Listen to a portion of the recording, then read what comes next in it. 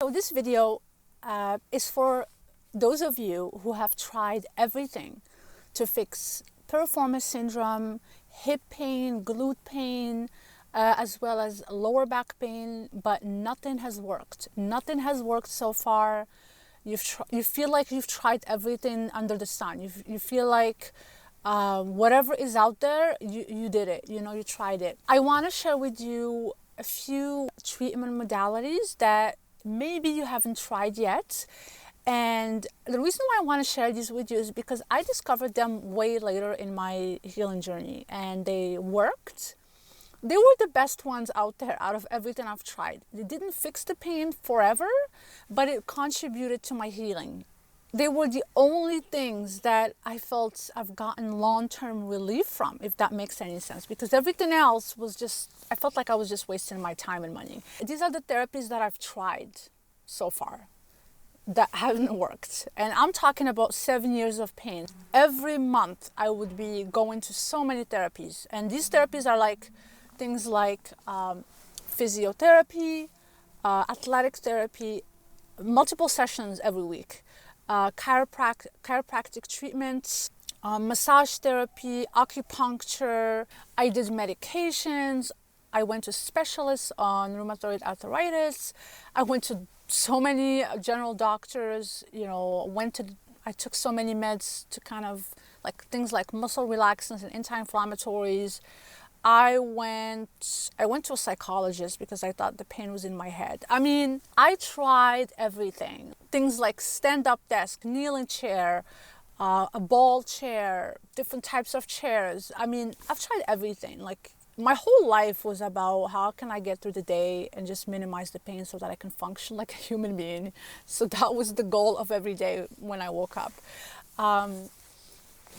So if you have tried all of these things as well and you feel like you can relate to some of these things that I'm saying, then you probably it does feel like you've tried everything. Like, what else can you try? You go to your doctor, they refer you to a specialist or a physiotherapist or athletic therapist or sports medicine physician. Like, what else is out there?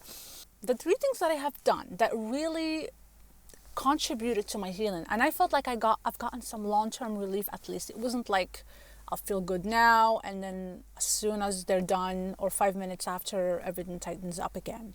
This was like good. This was like long-term, as in few days, and if I kept doing it along with the corrective exercises and everything else, it actually helped me get better, get less flare-ups, move better. So the first thing is dry needling.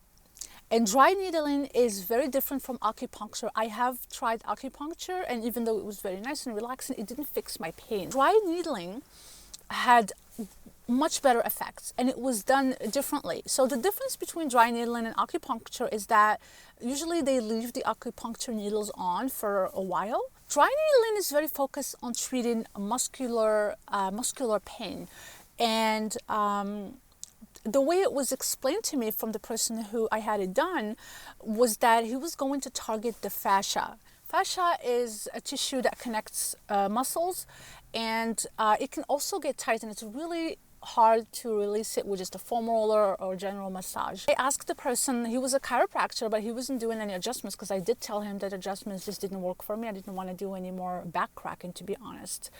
So he was doing dry needling, and he was targeting the TFL, the thoracolumbar fascia. I will put a photo here just to kind of show you what it looks like. Just from the positioning of where he was putting the needles, I kind of knew what he was doing and what he was addressing and targeting.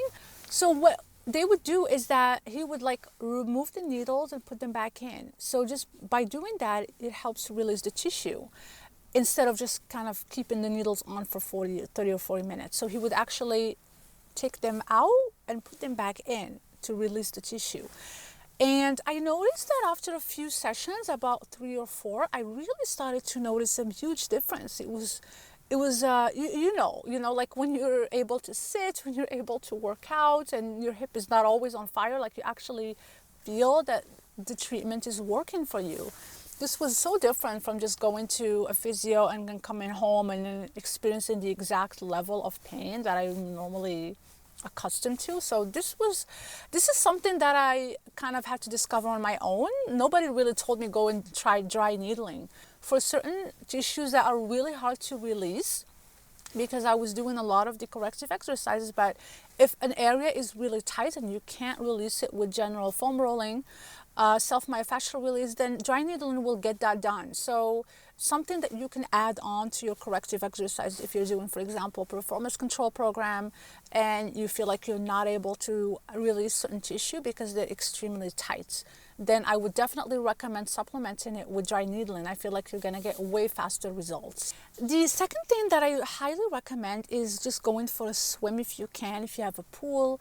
So if you have a disc issue, a disc herniation or bulging disc, it's so important to stabilize the spine, support it so it can heal from that naturally. The discs are located in an area of the body where it's really tough for nutrients and oxygen to get to. So we want to help increase blood flow to those areas. But sometimes it's really tough to exercise when you are in pain. So this is where swimming comes in. It's such a low impact form of exercise, and also by being in the water, you are taking the load off of your lower back. So you're not lifting weights, you're not putting stress on your spine. So it really helps you get that movement done without any stresses on the back. So I feel like it's kind of the best form of exercise in that case if you have any disc issues. And I feel like also just the movement when you're swimming, it helps to elongate and stretch out your spine, and it also helps with posture. Of course, there's some repetitive movements there, so you may start developing a little bit of tight shoulders, but it's not something that you can't work on to balance out. You can always stretch out your delts. You can do back exercises to straighten out your posture.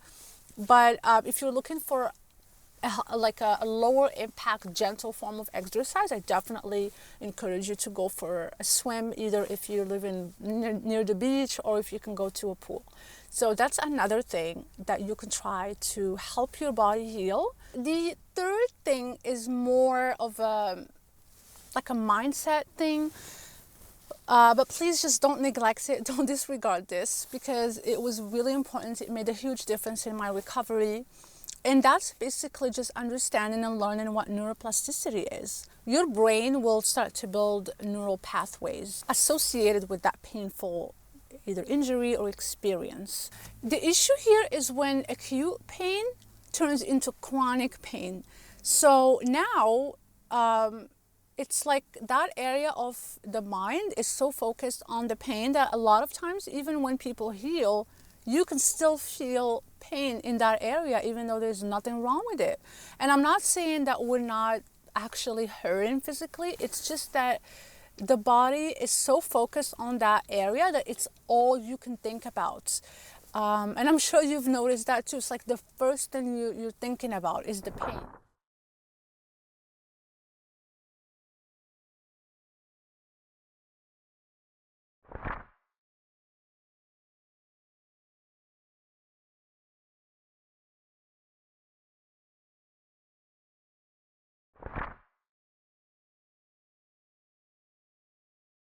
So what I like to do is start to focus on an area of my body where I'm not feeling any pain, your other arm, your leg, and really focus on that feeling of feeling pain-free.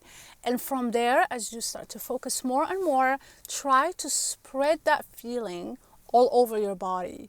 And it's really important to do it at a time when you're not feeling that much pain. So either early in the morning or as you're going to bed, just so that you're not like focused on the pain, you're actually more focused on feeling pain-free. Use the same process of neuroplasticity the other way. And you want to build more neural pathways associated with the feeling of feeling pain-free. And also to weaken those existing neural pathways of that pain feeling. So there is a lot of studies on this. I will leave the links below if you want to dive in. And also I have an amazing program called the Simple Mind Body Healing Program, where I have put a lot of my strategies and tips and tools all around this and how I have applied it myself in this program. So I will leave the link below if you just want to get a program where everything is already organized for you. But please don't disregard this, because I would use these techniques every day. It was part of my recovery, because as I was working on the body, I needed to also work on the mind. I do have a full blog post where I go deeper into these topics, and I talk about treatments and things to do when the pain just won't go away. So I will leave the link to that as well below. If you have any questions about any of the things that I have discussed in this video, let me know, and I will see you in the next video.